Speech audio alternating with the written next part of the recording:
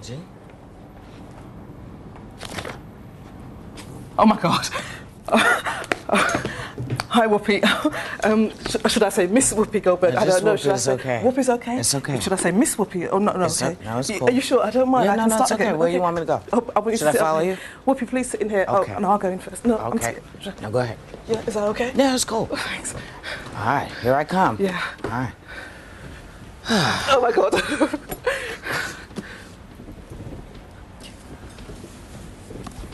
Whoopi, Yes? I feel like I've waited too long for this book. Do you? Yes, I do. Sound like my editor. Why? Because I kind of like felt that, you know, I've known you and, well, I don't know you, but I've studied your work for such a long time. And I kind of felt like when I heard that you had a book out, I got it sent from America. Oh, I would have sent you a copy. It would have been cheaper. No, but I mean, it's not an autobiography, is it? No, it's not. It's a show that I would have done if I'd had the time to go out on the road. Really? Yeah. Okay. Yeah. I mean, I read some of the stuff, and at the beginning you talk about, should I pull that for you? No, I'm just gonna lose it. Okay. Because I don't want it to look like it's hanging out of my nose. Oh, you're right. Yeah. No, I mean, I read the book, and the beginning talks about how you got your name. Can you tell us how you got your name? Well, you know, I'm very flatulent. Really? And so, because I worked in a lot of small theaters, it was hard to get past people without dropping a little air biscuit here and there. So I'd go past people going, and they'd go, Jesus, you're like a whoopee cushion. And so it stuck because I kept letting that air out. Right. So where did the Goldberg come from? that's my family name. We have Jews and Chinese people, white folks, black folks, a couple of Indians, and God knows what else. Right. I suffer from dyslexia. Yes. And I hear that you suffer from dyslexia. Yes. I read once, I mean, I don't know the effect that you realise that you have on people, because I used to feel very dumb and stupid growing up in school, and, you know, very scared of, like, you know, reading aloud. Right. And I didn't tell anybody I was dyslexic. Then I read in an article that Whoopi Goldberg is dyslexic. Right. So the next day, I Did told you the tell world. everybody? I told the world. I said, Yes. I'm dyslexic too. How did you kind of feel like writing a book, being dyslexic? Did have Well, any problems? it's no longer part of my life because, you know, they have all kinds of wonderful ways of helping people get through it. But the great thing was discovering that people like Cher and Tom Cruise, there's a whole list of people, particularly artists, who seem to have this problem. But I actually dictated the book because I'm too slow to type. Right. You know, so it was much easier. But dyslexia is just one of those things that we learn to adapt to. And because people now have a word for it, when I was a kid, there was no word for it. Dumb and stupid were the words that they used, or lazy and slow. Right. Because people thought you didn't want to do the work. Okay. So now they don't do that anymore because they realize that there are thousands of forms that dyslexia takes. So there's a lot more positive reinforcement than there was when I was a kid. Are you left-handed? Yes. Right, so am I. And they say that left-handed dyslexia is because of the way the brain is situated? They say a lot of stuff. I just know that numbers move around for me, and letters do strange things. And, you know, it's one of those things that you just sort of say, yeah, okay, that's what I am, and move on. Now, you read out loud now. I read out loud now, but under a lot of stress. Why does it stress you? Because the words disappear, and I get panicked. Slow down. Slow down? Yeah. They'll come back.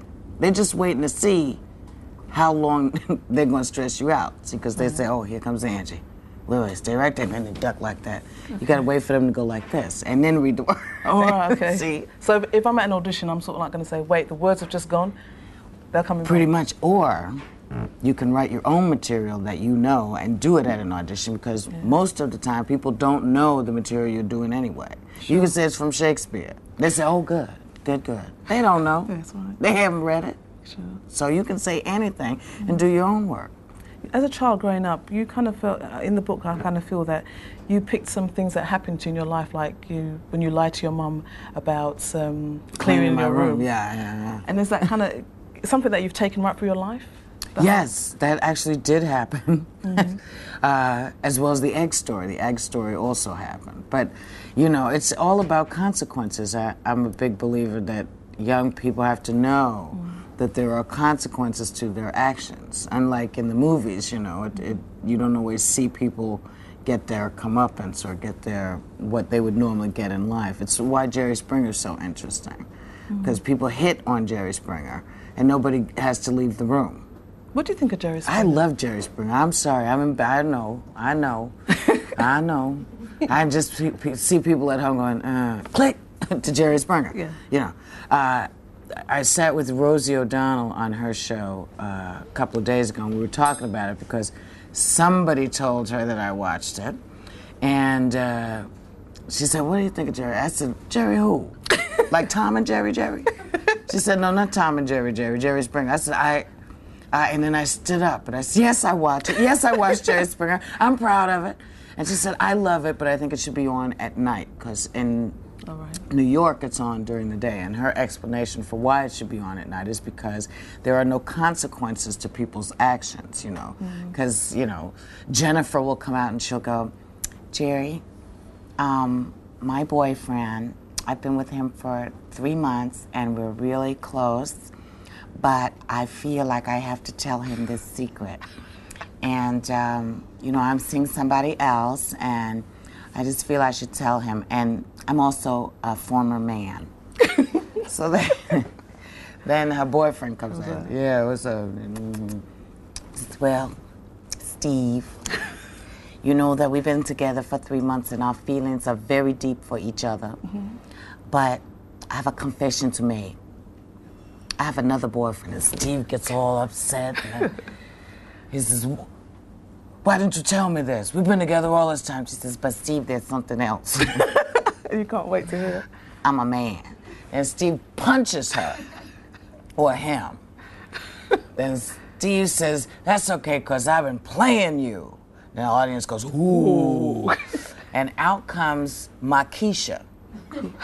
Okay, Makisha had 14 rings in her nose and an eyebrow ring and like head to head. And she comes out and she sits down and suddenly he's got an engagement ring in his pocket and he gets down on one knee and he proposes. Now you know that is just some of this is not right. But there's been some stuff in the press about that. The actors have come out saying we're told to punch at a certain time, we're told to do this. Cause I believe it, because there's not that many transvestites in the world. Exactly. Okay, that's the first thing. Sure. He has found transvestites everywhere. Every other day, some man who used to be, or a woman, or some woman who used to be a man, or men who put diapers on. I mean, you know, it's great fun to watch. You set the kids away, set them off to sleep, you know, or set them outside so they don't have to sort of deal with it so early. But, you know, it's a dopey show. It's roller derby with no wheels. And it's #1 now in America. Yeah, absolutely. Passed Oprah up. Oh, yeah. Because people feel like they can go get Oprah's book. They don't need to watch Oprah anymore. Okay, yeah. You know.